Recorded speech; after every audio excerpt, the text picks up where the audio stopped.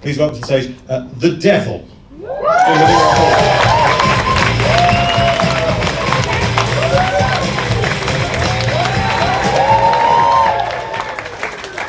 Please allow me to introduce myself. I'm a man of wealth and taste. It's a good start. Satan is the name. Acts of pure, unadulterated evil are the game. And Wordle. I do like a nice game of Wordle, just helps while away eternity. If indeed it counts as a game. Does it count as a game? I don't know, it's more a kind of solitary pursuit, isn't it, really? Sir, you look like you might be an expert on solo acts of entertainment. Would you say that Wordle was a game? No, you wouldn't say it was a game. Did you get today's Wordle? No, not yet.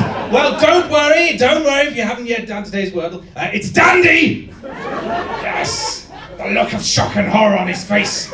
He can't believe I've given away today's Wordle. Well, let me tell you, that's just the kind of guy I am. Do people still do Wordle? I don't know. Is that a dated reference? It's very difficult to keep track of all the modern trends. You've got to keep up to date with the technology. It's exactly the same reason that I recently joined the TikTok. Anybody? Yeah. Anybody else here on the TikTok? Yeah. Know what the TikTok is? Yeah, basically, for those of you who don't know what the TikTok is, it's basically a never-ending column of looping videos of dancing jailbait.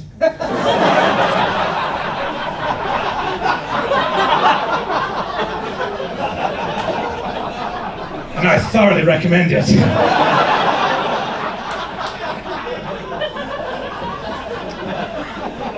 Now, when our host for this evening, Mr. James Cook, scampered off down to the shed at the bottom of his garden, sacrificed a goat, disemboweled it, and used the blood to daub a pentagram on the floor in order to summon me, I confess I was somewhat surprised. But not nearly as surprised as he was, as I erupted through the base of the shed in a circle of flames and accidentally set fire to his extensive collection of specialist men's magazines. As he frantically set about patting out the raging inferno lest his beloved readers' wives be lost to the unholy conflagration.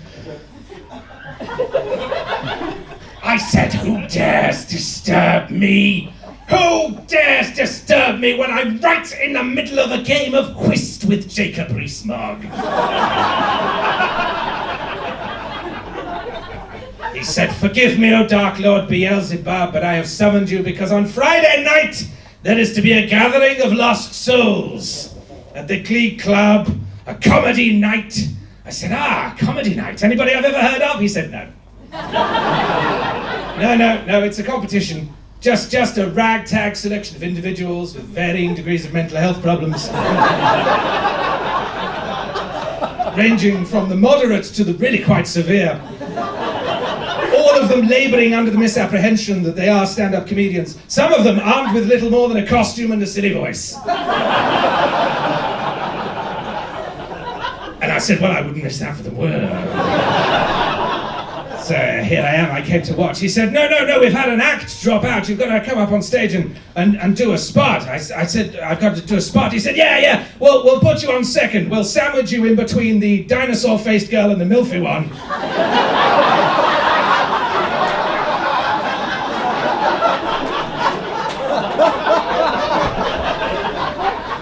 And I said, that sounds exactly like where I'd like to be sandwiched. But I said, if I have 10 minutes on stage, what am I supposed to talk about? I'm not a stand-up comedian. I mean, I suppose I could use the opportunity to plug my podcast, Tea with the Devil, that's available on all good podcast apps. But what then? And then I thought, no, you know what, there is something that I could say. Something that I've been meaning to get off my chest for quite some time. It's not an easy thing to say, but perhaps now's the time that I said it all to you now. My name is the Dark Lord Beelzebub, and I'd like to apologize for some of my past behavior. Some of the things that I did were wrong. In fact, they all were. No, when I was tempting Jesus Christ out in the desert, that was wrong of me. When I was egging on Adolf Hitler, no, it was wrong. It was wrong of me. I shouldn't have done that. It was wrong of me when I was helping Quasi with his sums.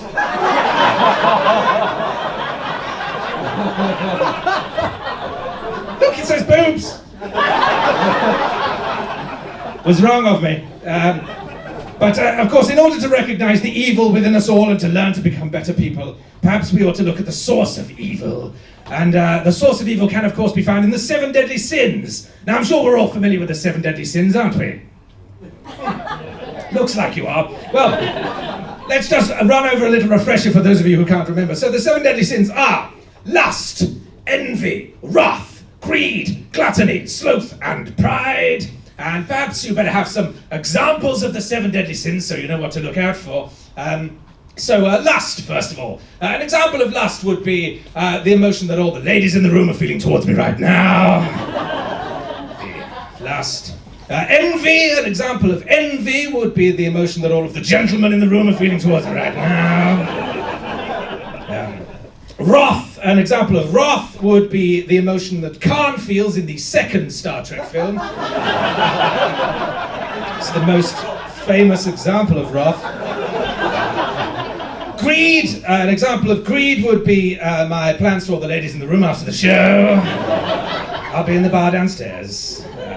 Gluttony. Now, a lot of people think that gluttony and greed are the same thing, but in actual fact, they are subtly different. You see, greed is about the accumulation of things, whereas gluttony, the word glutton comes from the Latin gluteia, which means to gulp down or swallow, and I'll let you provide your own punchline there.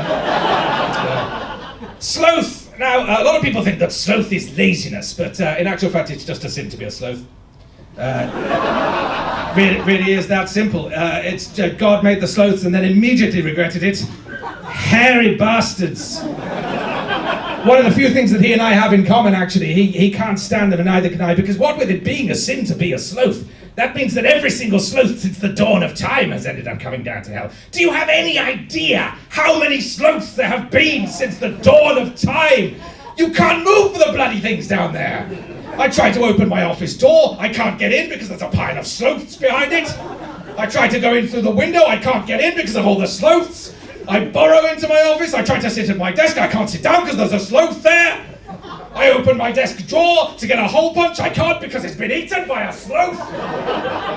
It's a relief to be up on the surface just to be away from all the bloody sloths, bastards!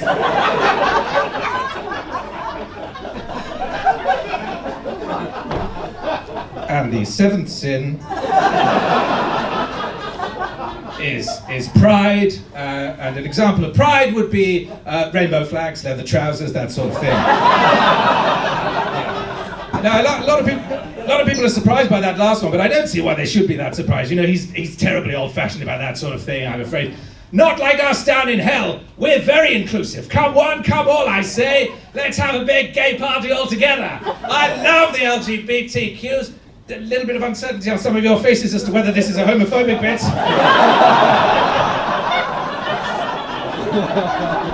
Because on the one hand, I'm saying I'm a big fan of the LGBT. On the other hand, I am Satan.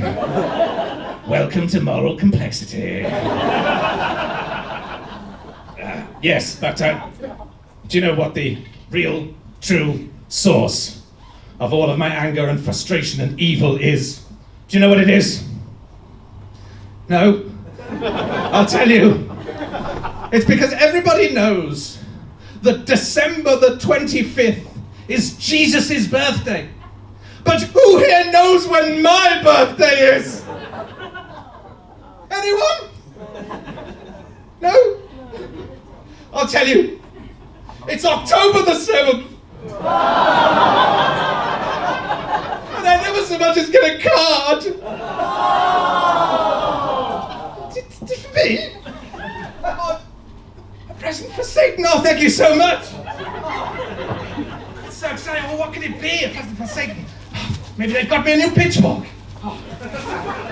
So exciting. I can't wait to find out. What?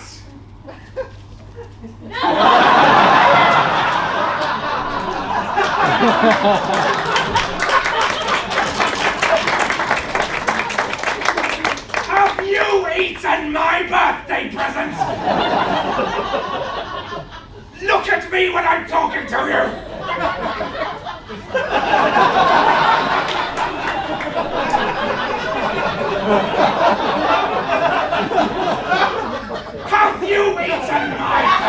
present. Right! That does it! That bloody does it! Right! That does it! I'm leaving! I'll see you all in hell!